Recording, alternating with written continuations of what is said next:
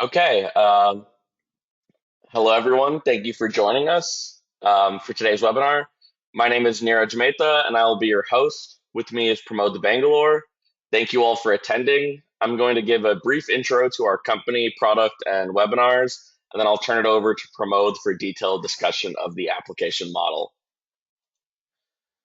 Uh, so today's webinar is for the cement calciner decomposition furnace application model.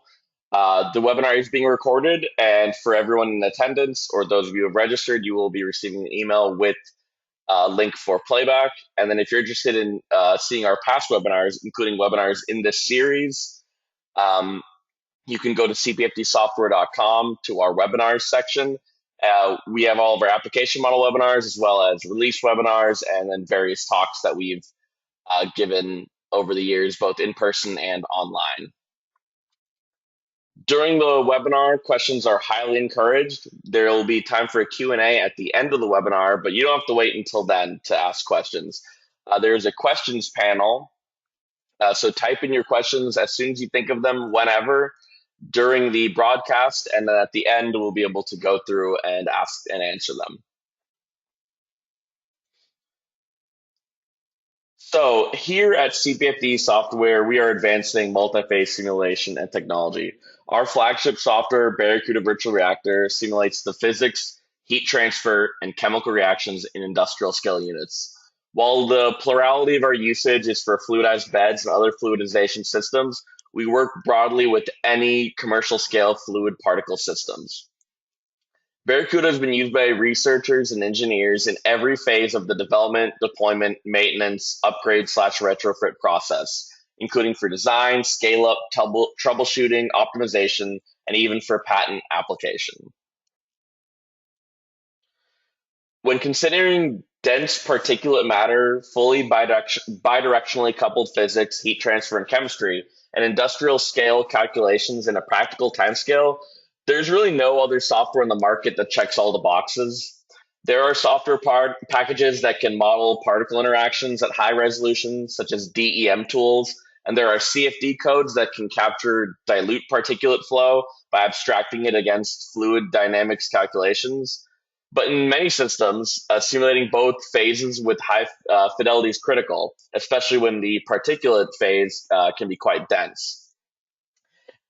Barracuda, as such, models continuous Eulerian fluid phase and discrete Lagrangian particles, and it couples them tightly and resolves them simultaneously.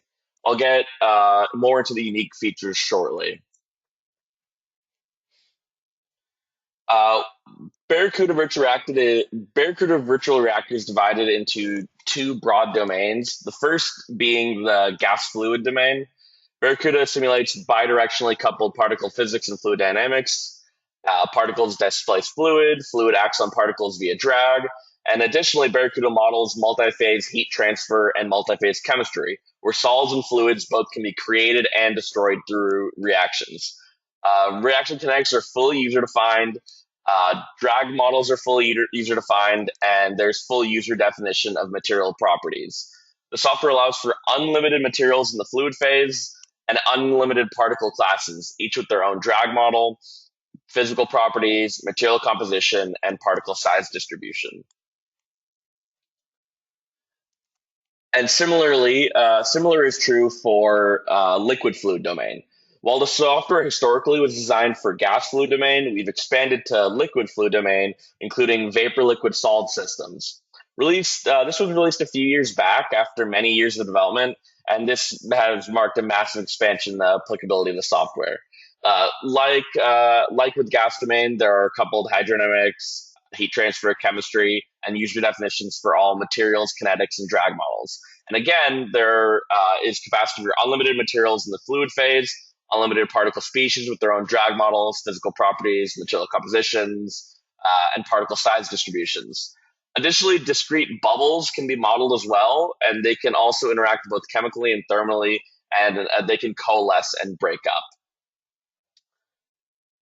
And so now we're getting to the topic of today's webinar. In the past couple of years, CPFD software's engineers have been releasing application models. I think, after people get trained with the software, a lot of people are wondering what to do, how to get started.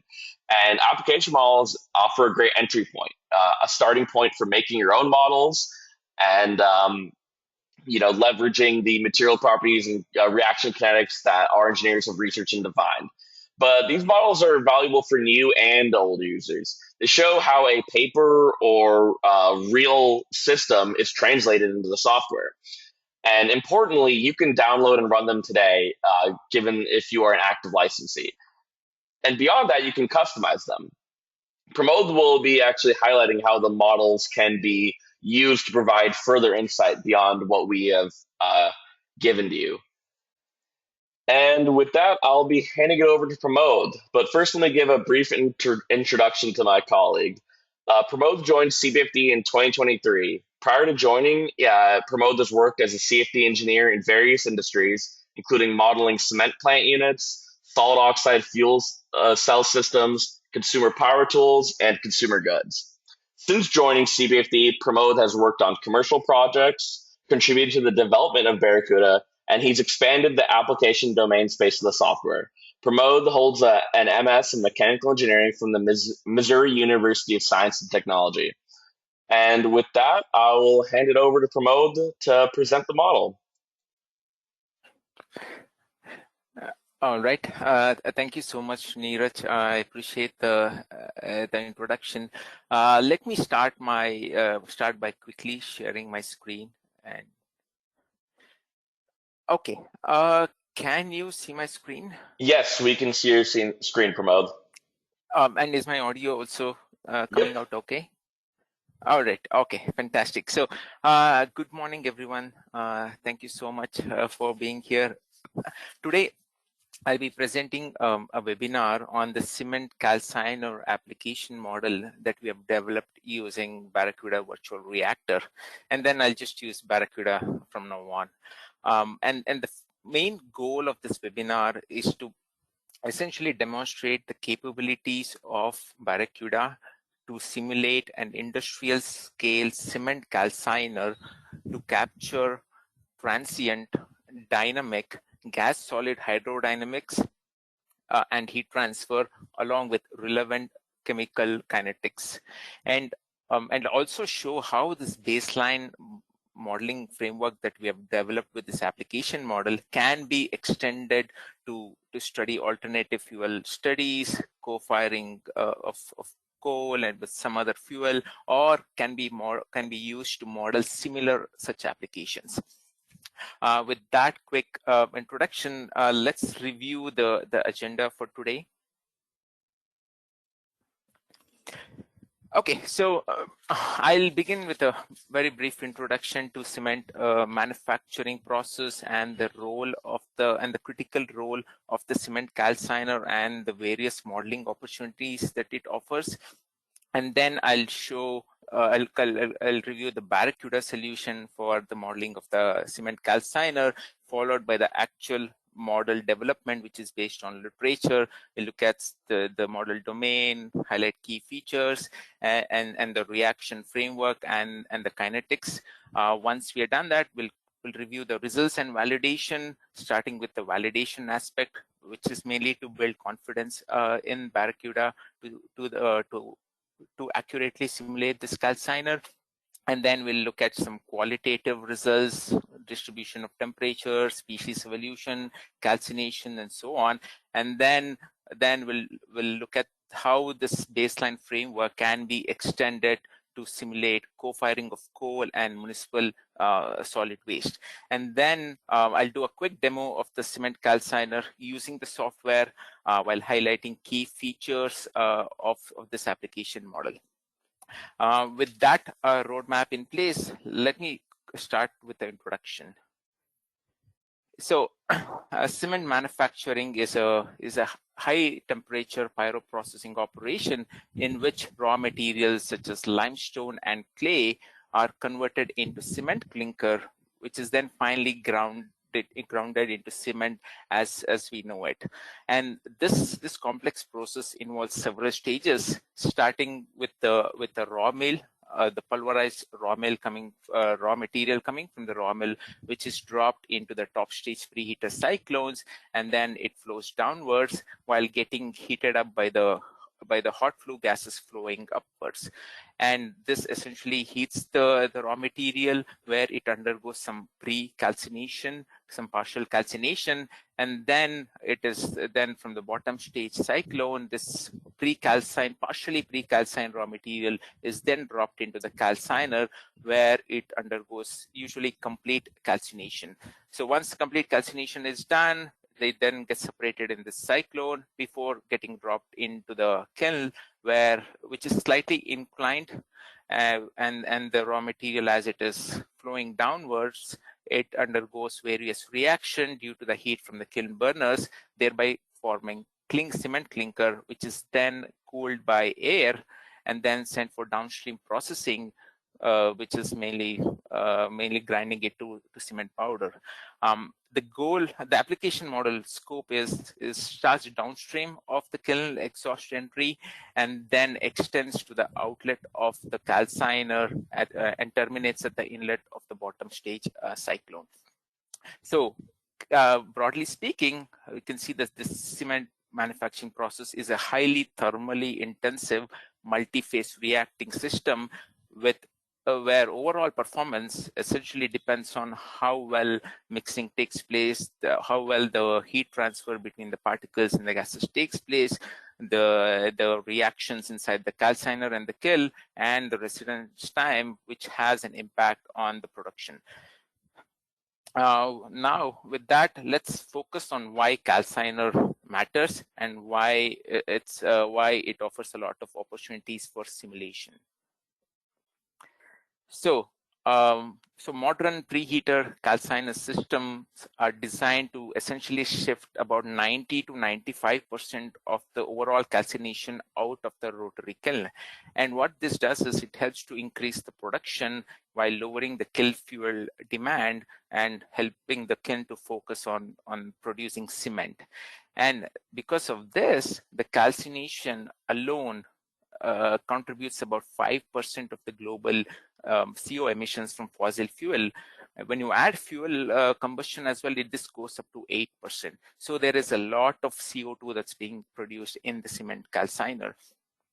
And so a credible cement calciner model should be able to capture stage gas solid injection, compressible reacting flows, limestone decomposition, fuel conversion, and mainly fluid particle heat transfer, which includes conduction, convection, and radiation, while also capturing the emission relevant pathways such as fuel NOx. So because the calciner inherently has turbulent induced mixing and usually long residence time, there's a lot of opportunity from a modeling standpoint to study alternative fuel substitution, carbon capture solution, co-firing studies, and so on. So this need for a credible model is what brings us to Barracuda.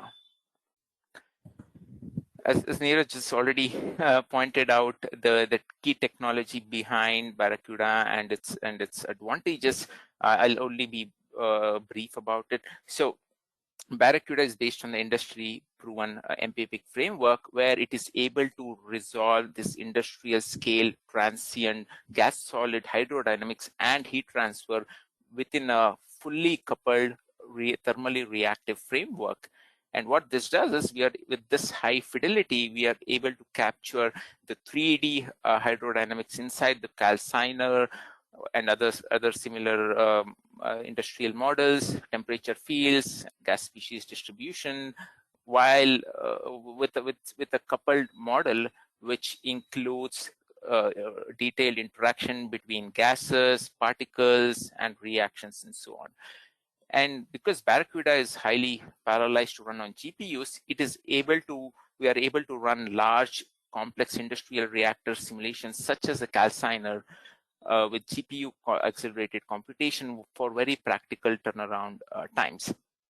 So the main value here is that main value of any simulation is that we are able to resolve internal fields, where we are able to get a full 3D visualization of the flow dynamics inside the calciner or inside any equipment, which helps us to understand the process better.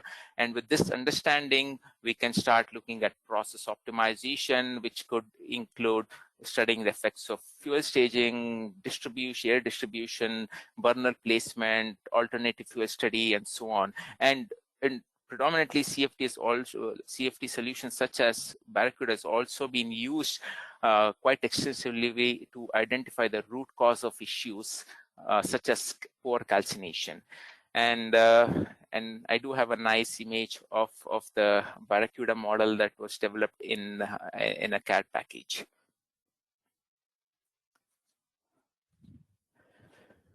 Now that we have the context of the cement manufacturing process and the cement calciner, let's look into the model setup. So the image that you see here on the right, this is an image of the Barracuda domain of the calciner, and this model was primarily developed by using a primary literature article, which is the Zhu et al. And this is an open source literature, which anybody can access this article. If you do a Google search with this title, you should be able to obtain the full article. So coming to the model itself, this calciner is about 64 meters tall with a maximum diameter of about 7.6 meters, and it has 4 narrow inclined coal pipes for feeding in coal, and then it also has raw material staging through 4 chutes at 2 different elevations. This is mainly for temperature control, for process optimization. And then we also have inlets defined for the kiln exhaust flue gases coming from the kiln, and then an inlet for the preheated tertiary air, which is coming from the cooler. And then this model also has an exit, as shown by red here, where particles and gases are allowed to exit the domain without any restrictions. And coming to the model setup and inputs, so all the operating conditions and process inputs like flow rates, temperatures, all that come from this primary literature. And we have included a thermal wall, essentially with a specified thermal wall resistance and emissivity, mainly to capture the heat losses through the calciner refractory and the shell. And we model this raw material, this mainly limestone and coal, as solid species with full particle size distribution and individual compositions. What it means is these PHDs, which usually come from laboratory analysis, can directly be used in Barracuda as is without any modification, thus eliminating the need for using any empirical models.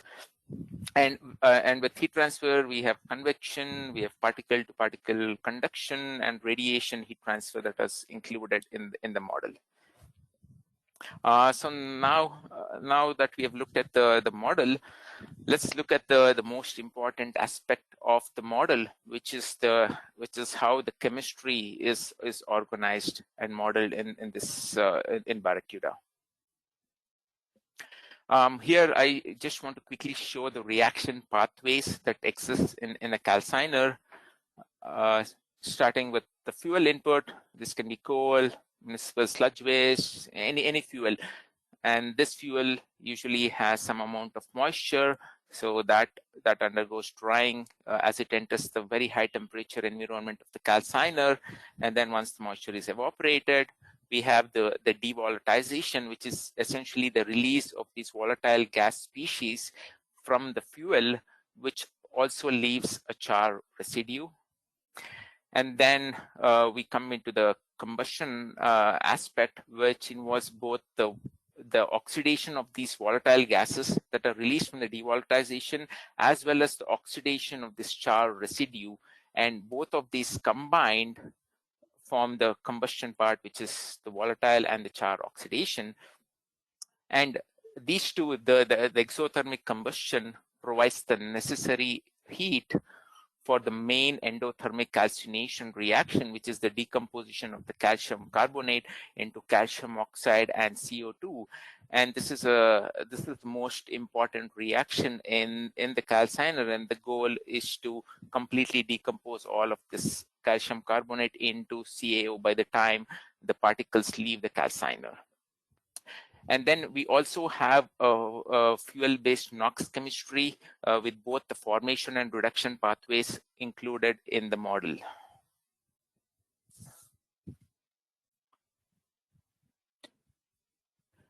Okay, so now that we've looked at the pathways, let's actually look at the kinetic framework that we have. So this, we have a custom kinetic model which contains 15 reactions that we have developed from open source literature. This includes both the primary literature as well as several other open source articles, mainly to incorporate the kinetics of devolatilization, volatile and char oxidation, calcination, and fuel NOx.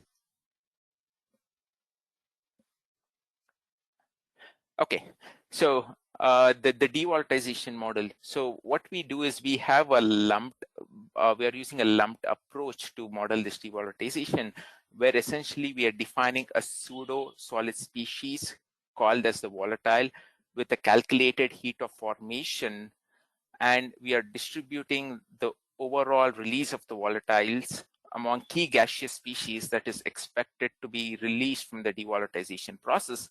And to get the thermodynamic data and the composition of the volatile gas species, we have a volatile estimation template that is included as support file. So users are able to download this Excel sheet and then modify it for their own processes.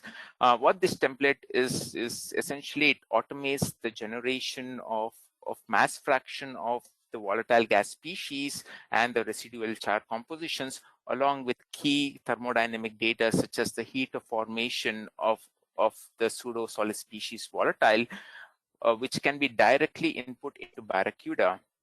And the key utility of this is that users can input their own fuel compositions relevant to their equipment, and then assess how variations in fuel compositions such as moisture, volatiles, fixed carbon can affect the production of volatile gases, and also the emissions, which is also dependent on some user defined inputs. And we have the input, so then we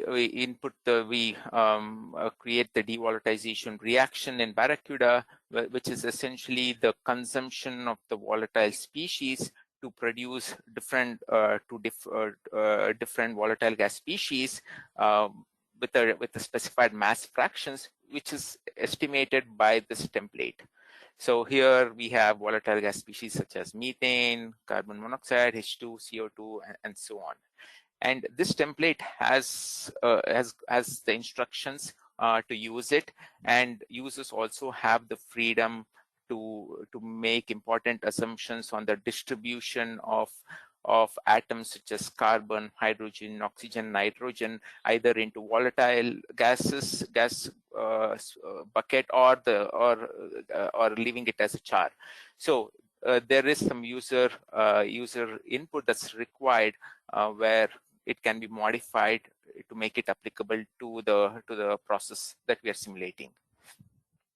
And then the volatile gases undergo oxidation, and the char oxidation also happens from the char residue, and both of these constitute the combustion part of the reaction. And then we have the main calcination, and then we also have the NOx chemistry, where we have NOx formation reaction, where hydrogen cyanide, which is part of the volatile gases, gets oxidized with oxygen to produce NOx.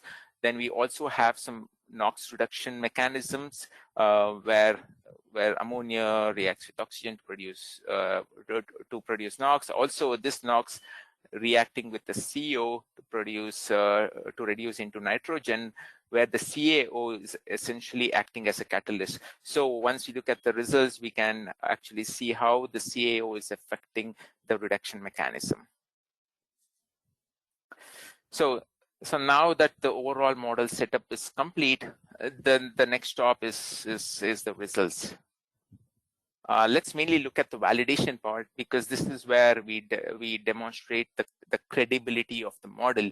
And to do that, we use plant data that is available in the primary literature that I pointed out before. So there are two metrics in the plant data. One is the fluid temperature at the outlet, and then the raw material calcination at the outlet. And these two graphs that you see here, both of them demonstrate that the Barracuda predictions show good agreement with the plant data for both of these metrics, and this agreement in coupled together indicates that this model, the Barracuda model, is able to capture accurately the coupled gas solid heat transfer and hydrodynamics, the appropriate fuel conversion and heat release, and the calcination kinetics under industrial condition. So this is a transient model. So, and this agreement demonstrates that the Barracuda is able to resolve the complex hydrodynamics and the reactions reasonably well. So the key takeaway here is the implemented kinetics that we have, the kinetic framework, they're adequate in capturing the heat transfer characteristics, and shows that the overall energy balance of the calciner is captured reasonably well.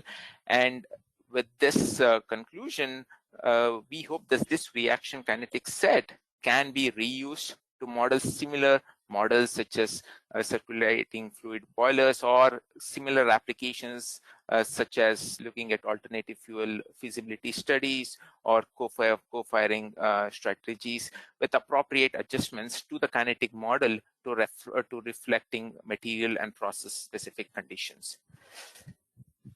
And sorry, I didn't mention it, but this plant data actually comes from a 6,000 tons per day cement plant in China, and this data is available in the zoo paper.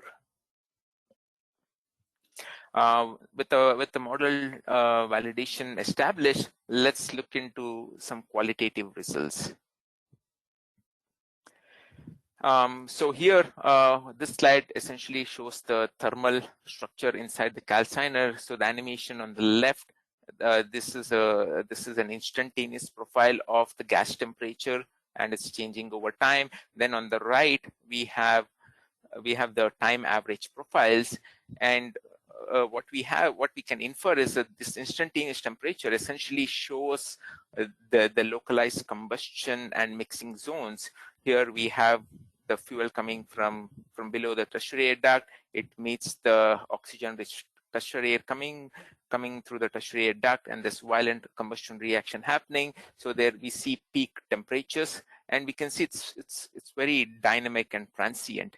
Whereas the time average profiles, this gives us the overall thermal distribution inside the calciner, where we see peak temperatures near the combustion zones, but we see a progressive drop in the temperature at higher elevations in the calciner, which mainly signifies that there is significant heat transfer between the hot gases and the relatively colder raw material coming through the raw material chutes, which is necessary for the endothermic calcination reaction to take place. And also we see that as this proceeds, as the temperature drops, there's some kind of thermal equilibrium that we see at higher elevations, and this is more pronounced in the time average profiles. This indicates that there is a thermal equilibrium that is established between the gases and the solids. So to summarize here, the temperature field captures both the local combustion behavior, mixing characteristics, while the time average profile shows the overall heat transfer driving the main calcination.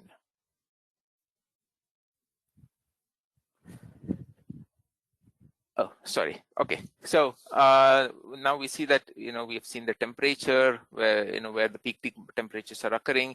Now let's look at how the oxygen is consumed, which will tell us where the combustion zones are occurring inside the calciner. So here, similar to the previous slide, we have on the left, we have the instantaneous profile showing the gas temperature on the extreme left, followed by the oxygen, and then the time average profiles of the temperature and the oxygen. And with looking at both temperature and oxygen together, we can essentially identify these combustion-rich zones where the oxygen is rapidly getting consumed. And the oxygen also shows a progressive depletion across the calciner, which tells us that there is continuous consumption happening mainly due to the exothermic volatile combustion and char oxidation reaction. So there is a strong coupling between temperature and oxygen, which is expected, but it also confirms the coupled combustion behavior. The time average profiles actually shows that there is a stable heat release that's happening near the combustion rich zones, and the oxygen consumption patterns essentially mimic the temperature, where we see consumption at the temperature rich zones, and then there is a progressive consumption of oxygen at higher elevations. So both the temperature and oxygen together reveal where the combustion is occurring, how combustion is consumed, and the overall spatial distribution of oxygen and temperature, which can reveal key combustion rich and combustion lean zones inside the calciner. Now that we have looked at the combustion characteristics, let's look at how the combustion affects the species evolution. Here, similar to the previous slides, the instantaneous profiles of CO2 and CO are on the left, and the corresponding time average profiles are on the right. And here, what we can see is that especially with the CO, we can see that there is some high concentration of CO and near the combustion zones, which signifies some incomplete combustion. But then as we go higher in the elevation, there is significant oxidation of the CO into CO2. As the gas is rising, the CO is rapidly consumed, and we pretty much see very less CO coming out. And the source of the CO2 is essentially comes from the combustion reactions as well as the calcination reaction. So we see that there's some the CO2 being produced as part of the reaction, but there's some dilution that's happening because of the tertiary air. And then as you go higher in the elevation, you see that the CO2 is continuously increasing, and then eventually it will reach some kind of equilibrium. So the time average profiles here on the right, they show the stable depletion of CO and the CO2 buildup. So both of these two fields combined, they reveal the transition from localized combustion near the fuel injection to complete conversion along the calciner.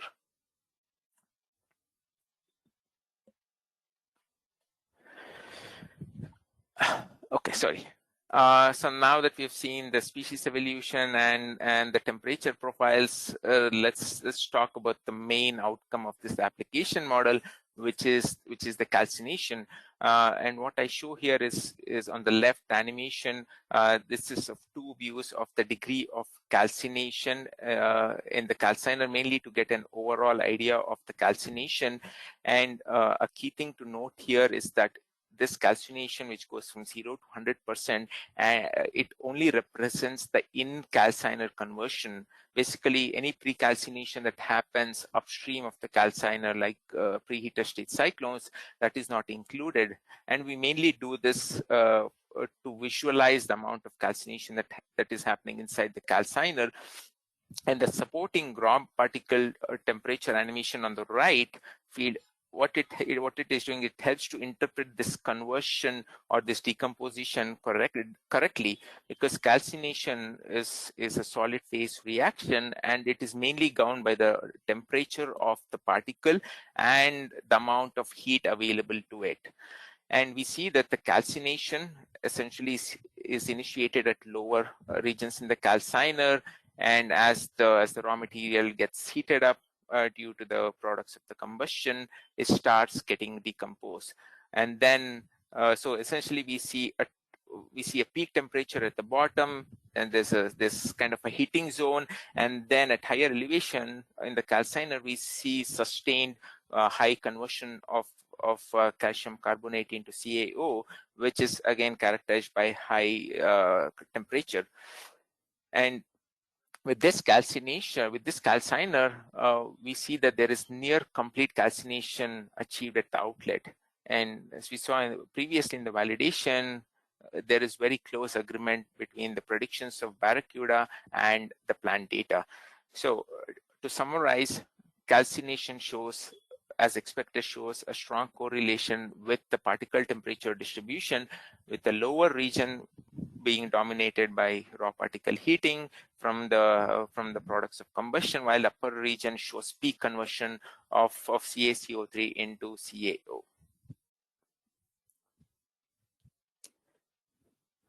So now I'll review how the NOx distribution is observed in the calciner. Basically, we are only considering the fuel-based NOx as the primary source of NOx in this calciner.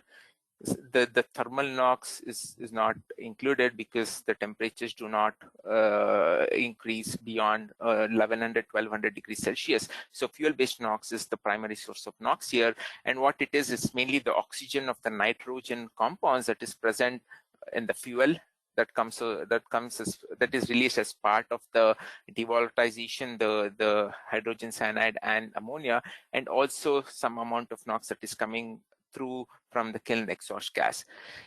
And as expected, we see that the peak NOx formation dominates in the lower regions, which is characterized by high availability of oxygen and peak temperature.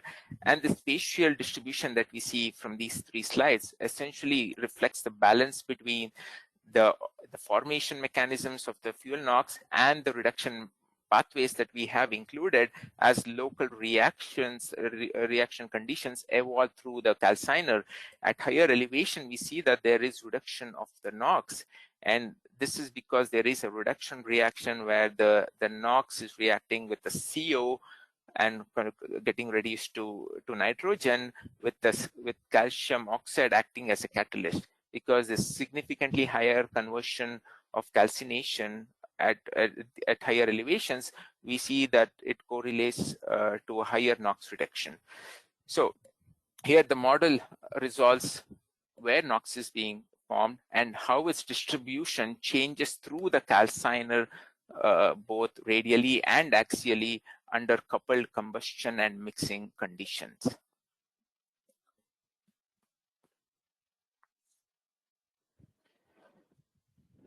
Okay, so now now that we have established the baseline model framework and looked at the validation and some qualitative results, we can look at how the baseline modeling framework can be extended.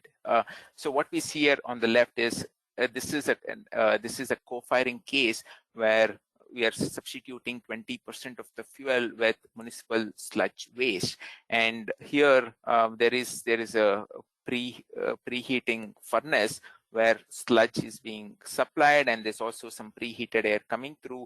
And the reason for it is there's a high moisture content in the sludge, so this small attachment is intended to provide extra residence time so that that moisture is evaporated, and then it comes into the calciner, then undergoes the combustion.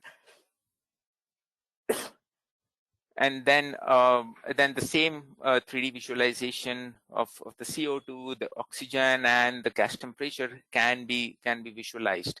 So what we have done here is we have established a kinetic framework for the baseline model, and then we have reused the same kinetic model framework to simulate this co-firing case where this fuel has different characteristics. So we use the volatile estimation template to come up with the volatile gas composition and the char composition and the enthalpy inputs that can be directly input into Barracuda. So this will eliminate essentially building this chemical model from scratch, because we are reusing the same reaction framework that we have developed with the baseline model. So what it does is it essentially provides a good starting point for studying fuel flexibility and future decarbonization strategies, such as alternate fuel substitution, carbon capture solutions, so on. And this framework can also be reused for other applications, other boilers, for example, where the kinetics would be applicable, but also it may need some adjustment reflecting the appropriate process conditions. With that, let me quickly do a demo of this baseline cases and the co-firing case with the software. Neeraj, are you able to still see my screen?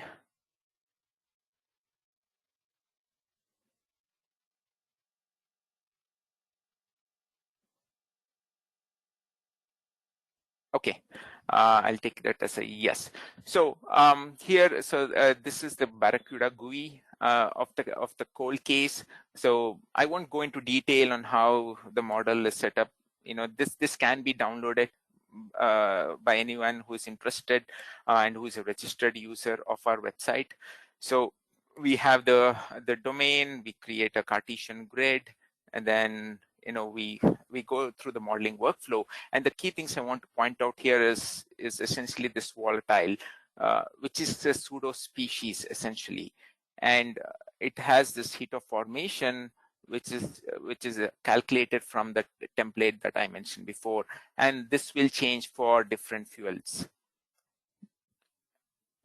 And then we can create individual particle species, and this can be any number. And each of these species can have their own PSTs. They can have their own sphericity. They can have their own drag model. They can have their own agglomeration model, and they can have their own compositions.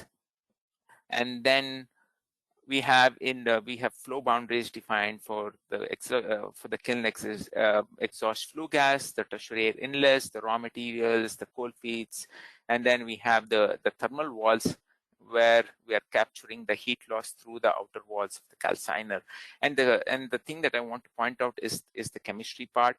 So here we have 15 reaction. It's a combination of volume average chemistry as well as the discrete chemistry, which is mainly used for incorporating the calcination, the devolatilization, and the char oxidation reactions. And each of these reactions have rate coefficients which determine the rate dependencies. And these can be user defined, or it can be based on an Arrhenius chemical rate. And this can for user defined, this can be as complicated as it can be. It can capture key dependencies such as partial pressure of CO2, and this is for the calcination. So Barracuda gives us the flexibility to incorporate these rate coefficient dependencies, and this is essentially a user input. And then let's say you have this reaction kinetic from this application model, but you want to incorporate it, or you want to use it for your own model. And I want to show how it is done. So I have another project file. Here I do not have any reactions. Oh, I do. So I'm sorry, let me quickly delete. I thought I had deleted all of them.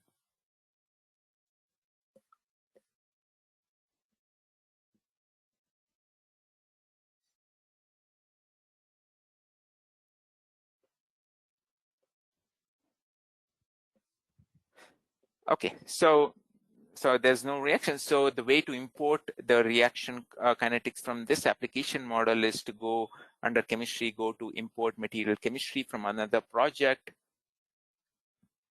and then browse to the project file. And then there's two options: either the base materials from the project file can be imported, either it can be appended or it can be merged, or that option can be ignored. Here what we want to do is import the chemistry, and then we want to append it because we don't have any reactions defined. And now we can see that that reaction kinetic has been framework has been incorporated into this model. And now very quickly with the sludge case, what I want to show is we are using essentially the same reaction framework, but here, because the composition of sludge is different, we have different compositions of the volatile gases, different mass fractions. But again, the key point here is we are using the same reaction framework with some modifications as necessary. With that, let me go back to the presentation quickly. Okay, with that, I'm at the end of my presentation. Just as a quick conclusion, this application model, it demonstrates that Barracuda is able to resolve transient dynamic coupled gas solid hydrodynamics along with relevant reactions in an industrial scale model. And the strong agreement with the plant data gives confidence in the baseline model, while the internal results that we saw provide insights that is not available from plant measurements alone.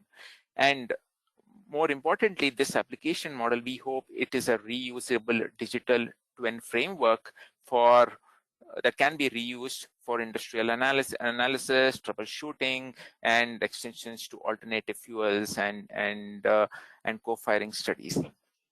With that, thank you for the opportunity, and I'll turn it over to Neeraj now. Great.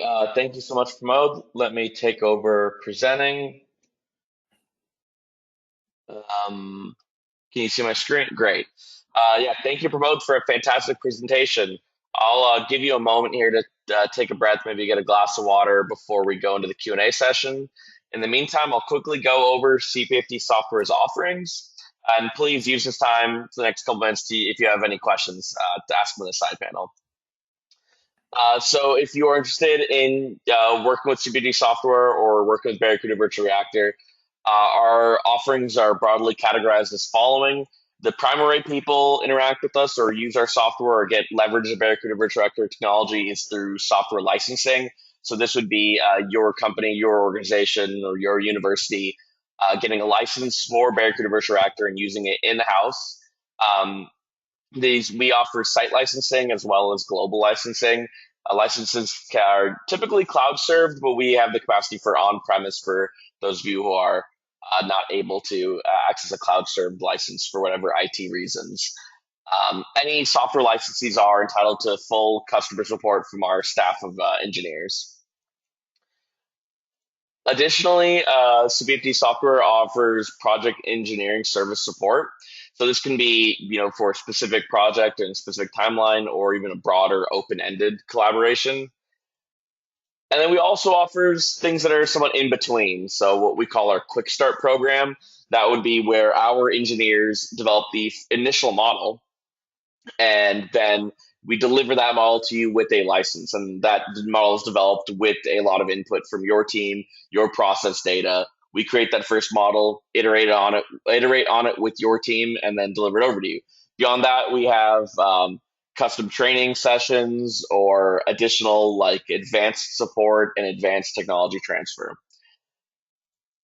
And then, taking a step back, we work with a lot of leading research groups and industrial partners across a variety of vectors across the world. So if you're interested in collaborating with us in a non-standard way, we're open to it. We're a small company, and that's one of the benefits of being a small company is being able to be flexible and being able to be nimble and being able to meet you where you're at with your needs. And then right before the Q&A, I just wanted to give a quick highlight to our users conference held in Chicago, June of this year. These conferences are held every other year. They follow the PSRI technical committee meeting. due to great overlap between their members and our users. It's a great place to meet the CBFD team and, more importantly, the global Barracuda Virtual Reactor user community. You'll meet people from academia, from industry, from from all over the planet and across a wide array of industries: petrochemicals, cement, like we talked about today, uh, thermochemical conversions such as biomass gasification, things like that. These conferences are fantastic. It's 2 day, it's 3 days with 2 days of presentations and then a day of workshopping. Speakers and sponsors are currently being announced, so follow us on LinkedIn to make sure you're getting the most up to date information about the conference. And if you have any questions, suggestions, or any interest in presenting or attending, I don't know if we have any speaking slots left, but please reach out to us. We'd love to hear from you. And with that, let's use our last 10 minutes here for a Q&A session. I see that we got a lot of questions in, so I'm just going to start picking them at random. Pramod, are you ready? Yes, Neeraj, please. Perfect. This first question coming in here says, did you have to use separate reaction kinetic models for coal and for MSW? No, the answer is no. It's essentially we have used the same kinetic framework, but it's just that some reactions were just duplicated, and then appropriate changes were made. For example, so the volatile release reaction. So coal has its own volatile release reaction. And then that reaction was copied over, and then adjustments made as appropriate for the sludge volatile reaction. And the same with the coke oxidation reaction. So essentially, we've not added any new reactions, but we have ensured that the reactions for sludge case is coming from the same same kinetic framework. Great. Actually, a couple of people asked this. How much time did it take to simulate this calciner, and what hardware was used for the simulation? And then similarly, Okay. yeah, a couple questions about that. Okay, so good question. So so from my notes here, so this model ran for about 60 simulation seconds each day, and I ran it for 180 seconds. So about 3 days of runtime. It can be lower because this model reaches a steady state sooner, but we wanted to run it for a longer time to get some nice quality animations. And the hardware that we used, I ran this model on a single GPU, and it was an NVIDIA RTX A5000, which is a mid-range GPU. That's I was gonna say, you can check the hardware requirement section of our website to see if you have the hardware appropriate for this. But yeah, I think that RTX card is a pretty mid-range, as you said, GPU. Okay. Here's another one. I have a question about municipal solids waste. How do you model its flight behavior, since MSW particles are supposed to be highly heterogeneous and much bigger and irregular form than coal particles? Okay, so in this case, so what we did is essentially followed whatever was in the primary source. Essentially, similar to coal, this municipal sludge waste also had its own approximate and ultimate analysis that we used that we inputted in the volatile estimate template, and came up with these inputs for the devolatilization and the char composition reaction. And it also had its PST that we used, whatever was in the paper. So essentially, it was a min and max size that they had used. So here we just wanted to follow what was in the literature. So since the particle size was provided, so we used the same one in the Barracuda model. If a PST was available, we can use the appropriate PST, and sometimes very big particles, there is a challenge because these are different shapes. So usually there is some sphericity that we can change to account for the drag, but also we can make some approximation to get a PST that we can use in Barracuda. Great. Another question here asking, is radiation accounted for in the system? Yes. Yes, so we have an inbuilt radiation model, the P1 radiation model. So we have we are using that model, and the base materials also have some properties for some scattering, refractive index, and absorption coefficients that have been added as appropriate to the gas species. Fantastic. Here's a question asking, how can I try an application model myself? And I can answer that. If you're a licensee, just go to our website and download it, and you can run it right now. If you don't currently have a license, reach out to us afterwards. You can reach out to us at info@cpfd-software.com. We can help you get set up with a trial or maybe attend a training class. I think we have our next class at the beginning of June, which is a great way to try the software. Training classes come with a week-long trial for the license. But yeah, if you are interested in trying this application model or any of our others, I think we've released like a dozen application models so far. If you currently have a license, you can run them right now. Okay, next question here. Can you talk a bit on the key benefits of Barracuda over Fluent DDPM in general? Pramod, do you want to take this one? Well, here, I mean, this is a transient solver. So here it's as Neeraj mentioned before, it's bidirectional coupling. So fluid exerts a drag on the particle, and particle exerts a force on the fluid. So fluid is affecting the particle is affecting the fluid. So it's a coupled model. And with Fluent, there's also a steady state solver, but with DDPM, I think it's only accounting for the volume of the particles. But here we are also incorporating the effect of the particles or particle volume, but we are also ensuring that it's bidirectionally coupled. And this includes like reaction, hydrodynamics also. Yeah, I think that the fact that the particles are discrete quantities and then they're resolved against the grid rather than being, resolved or rather being tied to the grid. They're independent of the grid and resolved against it at each time step in each cell.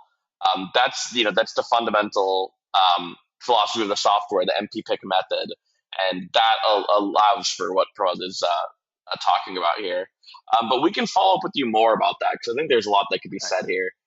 There's only 2 minutes left. I think we have like 8 more questions, so I do apologize. We're not going to be able to get to everybody. I'll make sure to follow up with anyone whose question was not answered. I'll make sure to follow up with you afterwards.